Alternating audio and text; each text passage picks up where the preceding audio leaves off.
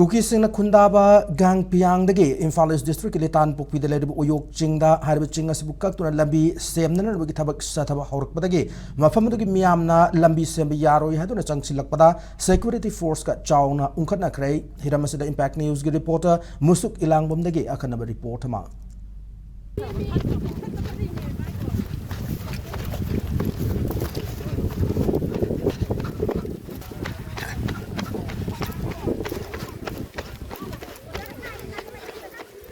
Miam sila miam sat pa uriba duga tungda masing yam laba miam mama live se kun maruina Imphal East District ki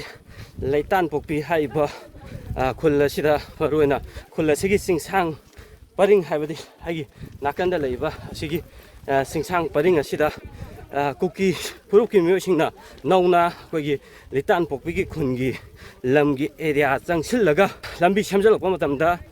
lairiba security personnel sing asina ꯊꯤꯡꯉꯛꯇꯕꯗꯒꯤ ꯉꯁꯤꯁꯦ ꯂꯩꯇꯥꯟꯄꯣꯛꯄꯤꯒꯤ ꯃꯁꯤꯡ ꯌꯥꯝꯂꯕ ꯃꯤꯌꯥꯝꯅ ꯑꯩꯈꯣꯏ ꯂꯝꯕꯤ ꯀꯛꯄꯒꯤ ꯊꯕꯛ ꯑꯁꯤ ꯊꯤꯡꯒꯗꯕꯅꯤ ꯍꯥꯏꯗꯨꯅ ꯑꯩꯈꯣꯏ ꯉꯁꯥꯏ ꯑꯌꯨꯛꯇꯒꯤ ꯈꯣꯡꯖꯪꯁꯦ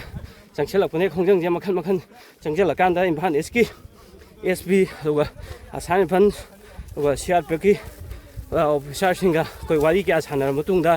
ꯌꯥꯅꯕ ꯄꯣꯔꯛꯄ ꯉꯝꯗꯕꯗꯒꯤ ꯍꯧꯖꯤꯛꯁꯦ ꯂꯝꯕꯤ ꯁꯦꯝꯃꯤꯕ ꯃꯐꯝ ꯑꯁꯤꯗ ꯆꯪꯉꯒ ꯑꯩꯈꯣꯏ ꯀꯥꯈꯠꯀꯅꯤ ꯍꯥꯏꯗꯨꯅ ꯑꯩꯈꯣꯏ ꯃꯁꯤꯡ ꯌꯥꯝꯂꯕ ꯃꯤꯌꯥꯝ ꯍꯧꯖꯤꯛ ꯇꯞ ꯇꯞꯅ ꯂꯣꯏꯅ ꯆꯥꯏꯊꯣꯛ ꯀꯥꯕ ꯍꯧꯈ꯭ꯔꯦ ꯑꯗꯨꯒ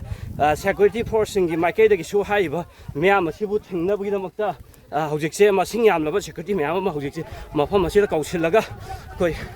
ꯊꯤꯡꯕꯒꯤ ꯊꯕꯛꯁꯤ ꯆꯠꯊꯅꯕ ꯃꯤ ꯃꯌꯥꯝ ꯑꯃꯁꯨ ꯁꯦꯀ꯭ꯌꯨꯔꯤꯇꯤꯒꯤ ꯑꯊꯤꯡꯕ ꯑꯁꯤ ꯊꯨꯒꯥꯏꯔꯒ ꯍꯧꯖꯤꯛꯁꯦ ꯍꯥꯏꯔꯤꯕ ꯀꯨꯀꯤꯁꯤꯡꯅ ꯂꯝꯕꯤ ꯁꯦꯝꯖꯤꯜꯂꯛꯏꯕ ꯃꯐꯝ ꯑꯁꯤꯗ ꯀꯥꯗꯨꯅ ꯑꯩꯈꯣꯏ ꯀꯗꯥꯏ ꯐꯥꯎꯕ ꯃꯩꯇꯩꯒꯤ ꯂꯝ ꯀꯌꯥꯝ ꯌꯥꯝꯅ ꯃꯈꯣꯏꯅ ꯁꯣꯛꯆꯤꯜꯂꯛꯄꯒꯦ ꯍꯥꯏꯕꯗꯨ ꯌꯦꯡꯊꯣꯛꯀꯅꯤ ꯍꯥꯏꯗꯨꯅ ꯑꯩꯈꯣꯏ ꯃꯌꯥꯝ ꯑꯃ ꯅꯍꯥ ꯃꯌꯥꯝ ꯑꯃ ꯆꯦꯟꯖꯟꯕ ꯍꯧꯈ꯭ꯔꯦ ꯑꯗꯨꯕꯨ ꯁꯦꯀ꯭ꯌꯨꯔꯤꯇꯤꯒꯤ ꯃꯥꯏꯀꯩꯗꯒꯤꯗꯤ